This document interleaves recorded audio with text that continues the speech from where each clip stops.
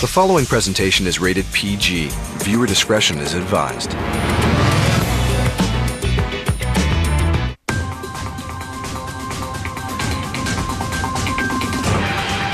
Those are your hands? It was an unforgettable fantasy from one of Hollywood's most imaginative directors.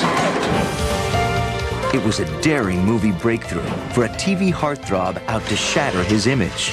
The character just had this profound, effect on me. Hold me. I can't. And it offered a movie swan song for a silver screen legend. I have a present for you. A cutting-edge filmmaker, a struggling star in the making, and a real-life Hollywood love affair. On Hollywood Backstories, Edward Scissorhands.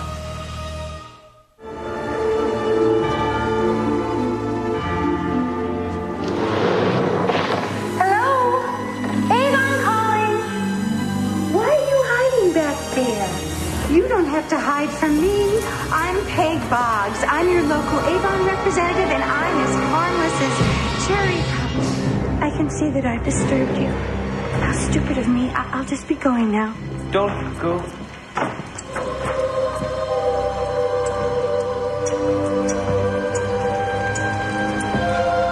What happened to you? Released in 1990, Edward Scissorhands told the fantastic and touching tale of a kindly inventor's unfinished creation. A boy with scissors for hands who longs for acceptance from the hostile world around him. What's your name? Edward? I think you should just come home with me. The character is an outsider and is very different and feels very different from everyone else, but yearns to be understood. And I think that's the beauty of Edward Scissorhands. Edward Scissorhands was the most personal film to date for director Tim Burton, a former Disney animator who based the character on his own teenage longings. It first started out of just those very simple teenage impulses of the feeling of wanting to touch and wanting to communicate but not being able to. As a teen in the early 1970s, Tim Burton was both fascinated and repelled by the cookie-cutter world of suburbia that surrounded him. Tim grew up in Burbank, and that kind of homogeneity, the consistency of the houses looking the same, the weirdness of, going into your friend's house and it's the same house as your house. It's so formative for Tim. He was a loner. He wore braces till he was, I think, 17, and he was like the odd man out. But he enjoyed it because he observed. When he wasn't at the movies, enjoying the elegant villainy of his idol Vincent Price, Tim expressed himself through drawing. And among his sketches was the picture of a boy who summed up Tim's own sense of being different. In the years that followed, Burton used his imaginative gifts to launch himself as a filmmaker. And in 1986, he was introduced to a writer named Caroline Thompson, who shared his quirky sensibility. I had written a really twisted little Gothic novel, and so we immediately realized we were kindred souls and knew we wanted to work together. Tim said, well, there is this drawing that I made in high school, and it's of this guy who's got scissors instead of hands. It was like the angels opened up. It was the stupidest image I had ever heard in my life, and it was the most brilliant image I had ever heard in my life. It was brilliant because it so clearly expressed how people feel.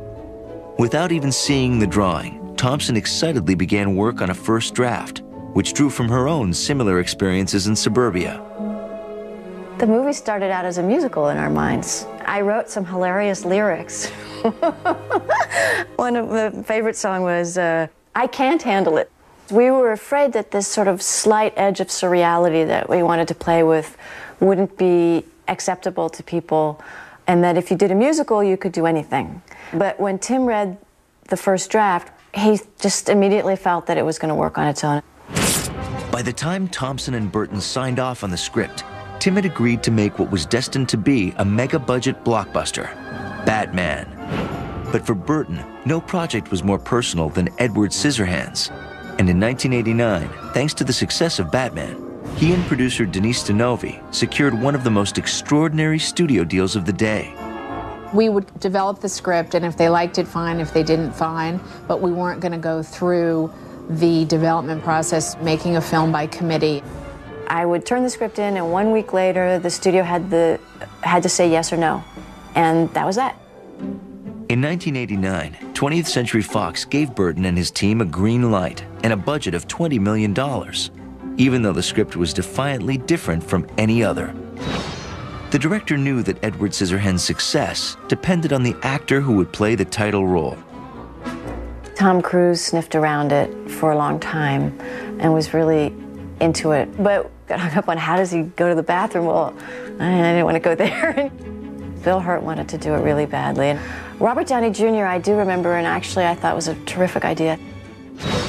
But there was another candidate, Johnny Depp, the real-life boyfriend of Edward Scissorhands' leading lady, Winona Ryder. By 1989, the 26-year-old actor had achieved stardom on the TV teen hit 21 Jump Street. But Depp's heartthrob looks were deeply at odds with his sensitive and quirky personality.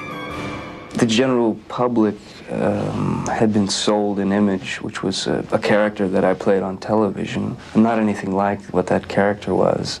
When Depp read Edward Scissorhands, he bonded instantly with the character, who was also totally misunderstood due to his appearance. I'll never forget it. He walked in, he's very shy, and he kind of was looking around for us, and I just saw these eyes looking around, these big, gentle, doe eyes, and Tim and I just looked at each other like, that's him, you know? That's my family. Come along, dear, and I'll show you the rest of the house. Burton had found his movie alter ego. He had also scored a shrewd casting coup, pairing two real-life lovers in their first film together. Winona was just 18. This was kind of really her first big romance, and it made it a more special experience for everybody, I think, because they were really falling in love.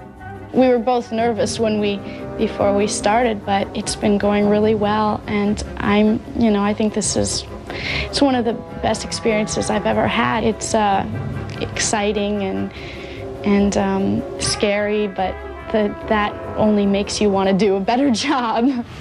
But audiences expecting a traditional love story were in for a shocking surprise. Like the character himself, Edward Scissorhands the movie was about to step out into a strange and sometimes dangerous new world. See, I was hoping for something big and kind of bouffant, kind of like mine.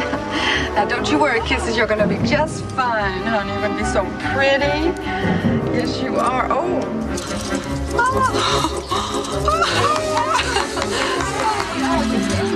Oh, Eddie, is there anything you can't do? You take my very breath away, I swear. Look at this. Have you ever cut a woman's hair? On March 26, 1990, director Tim Burton assembled his cast of rising stars and award-winning veterans like Alan Arkin and Diane Wiest for the first day of filming on Edward Scissorhands. It came after an intensive search for the perfect locale to film the story. Ultimately, Burton found his fantasy suburbia in a newly built community near Tampa, Florida. About half the houses hadn't been sold yet. It was like having our own little back lot to shoot in. Well, one thing in the movie that was inspired by shooting in Florida was the waterbed. When Tim went on a location scout, every house he went to had a waterbed.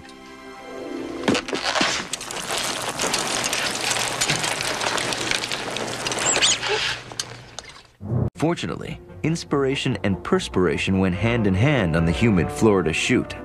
Johnny was a saint making that movie because wearing that suit in the heat in Florida, the suit was really skin tight. We put a kind of a cooling element underneath, but it didn't really work, and the hands are heavy. More difficult for Depp was the actor's ongoing struggle to bring humanity to a character that began as a two-dimensional drawing. A lot of the things that Tim and I talked about was just to maintain the purity of the character, and things that people would set on their tables would become fascinating and another world for him. I knew that early on it would rely on gestures and expressions. And Charlie Chaplin, I watched a lot of Charlie Chaplin movies. The way he walked, I thought said so much about the character. The first day of shooting, we reshot. We hadn't quite found the voice yet and the character. One helpful insight to the role came from writer Caroline Thompson. Well, I actually based the character on a dog that I used to have. She was so present that she could do just about everything but speak, and you could feel her, wanting to describe the world to you, wanting to participate. That's how Edward seemed to me.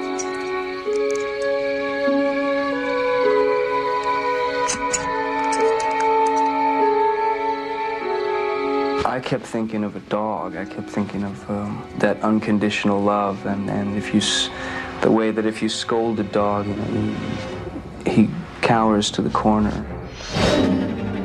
The character came alive with Johnny Depp's performance. It was brand new, and it was totally out of Johnny Depp's heart and mind. You sit back and you went, well, yeah, of course, that's him.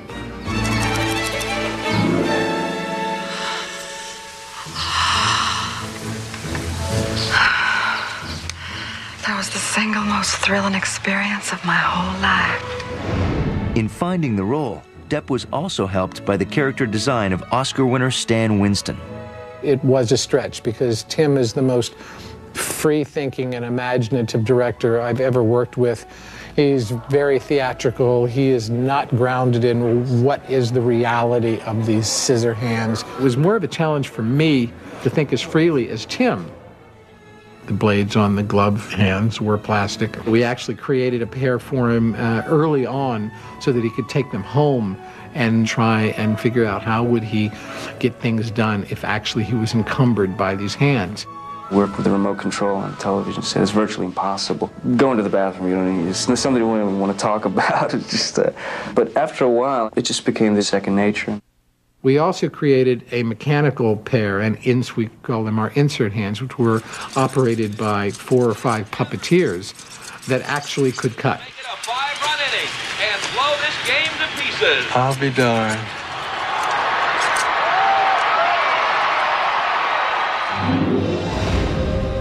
For Tim Burton, the most fulfilling aspect of Edward Scissorhands was the chance to work with the man who had been his lifelong hero, Vincent Price.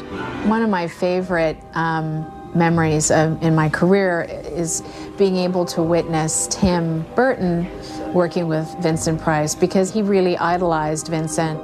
Tim used to go see all those Corman horror movies at his local movie theater in Burbank, and he loved Vincent, I think, because he made evil understandable and seductive and charming.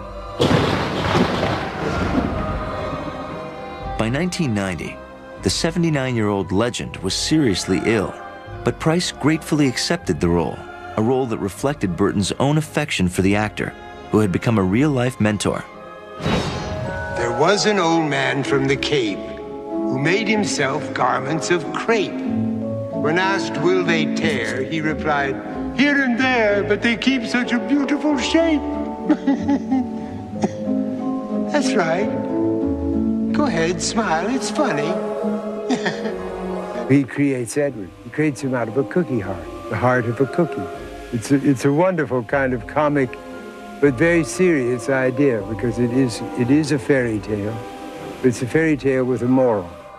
For Tim, having my father validate his creative work was very important to him. The three of them, Tim and Johnny and my dad, connected.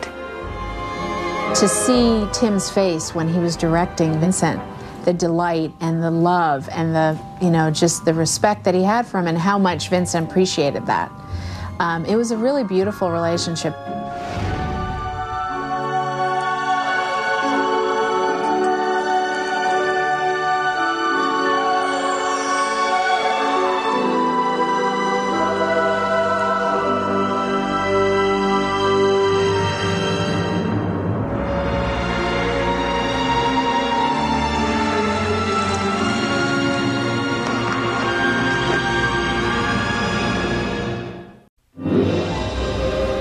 On July 20th, 1990, after 4 months of filming, Edward Scissorhands was ready for its crowning touch, a music score by Burton's favorite film composer, Danny Elfman. Edward Scissorhands was definitely one of my favorite film scores because it was a very simple, clear narrative, musical narrative. There's an alienated character, and I think that's what he relates to, and that's what I relate to. A lot of directors would have listened to Edward's theme and go, I don't get it. This sounds like a Romanian, Hungarian, Jewish theme, and this character is not that. You know, there's nothing Eastern European about it. You know, what's the story here? But Tim would never do that. I don't think that way, and Tim doesn't think that way.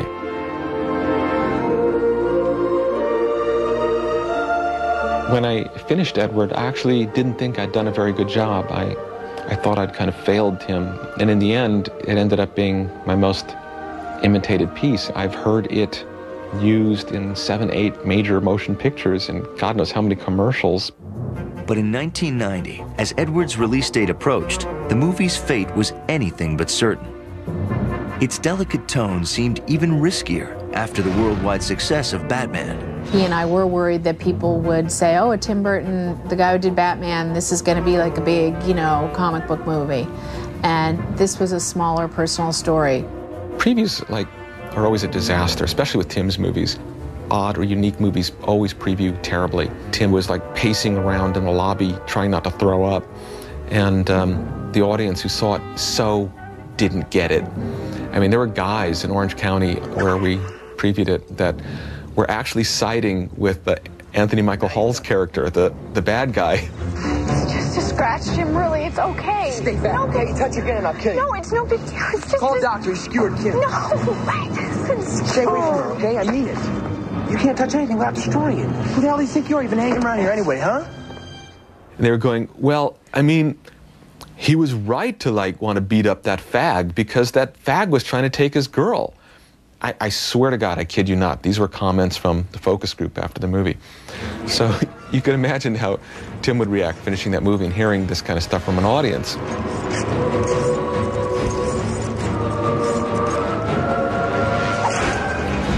It was a tricky film to market because from the visual you could think it was a horror movie or a scary character. They did an ingenious ad campaign. They had all these images of the topiary, and all it said was Edward was here. Gradually, the message was out that Edward Scissorhands was a movie that defied any label. And on the eve of its release, preview audiences responded in a way that delighted the story's author. It might be best if he goes back up there. Because at least there he's safe. And by the end, I heard sobbing.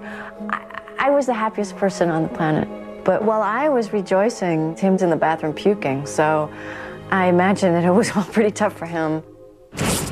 On December 7th, 1990, Edward Scissorhands opened to solid box office and enthusiastic reviews, especially for Johnny Depp, who had finally shattered his pretty boy stereotype.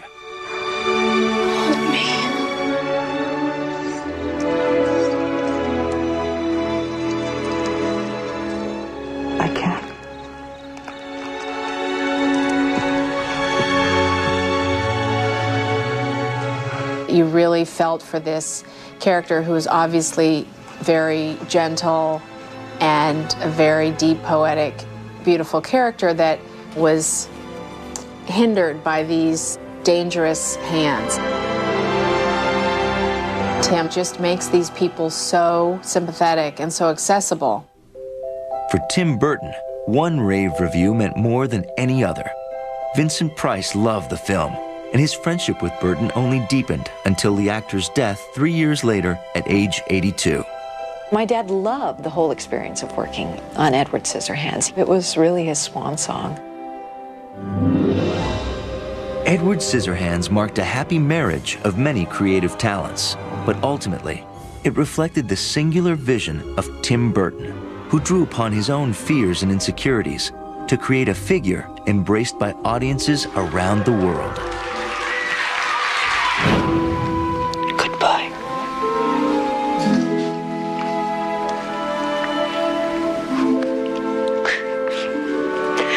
I love you.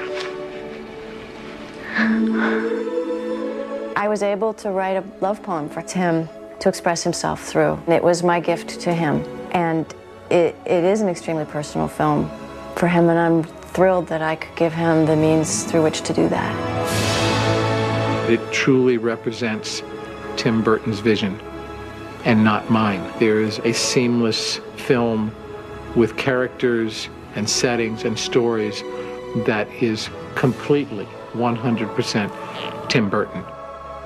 Edward Scissorhands is, to me, Tim at his essence, because there's the gothic horror, there's this sort of bizarre sense of humor, but there's an underlying gentleness to it, which I think is wonderful. Everybody at one point or another feels like Edward Scissorhands. They feel misunderstood, they feel excluded. Edward's yearning to be accepted and his ultimate acceptance of himself, those things are going to be felt by people forever.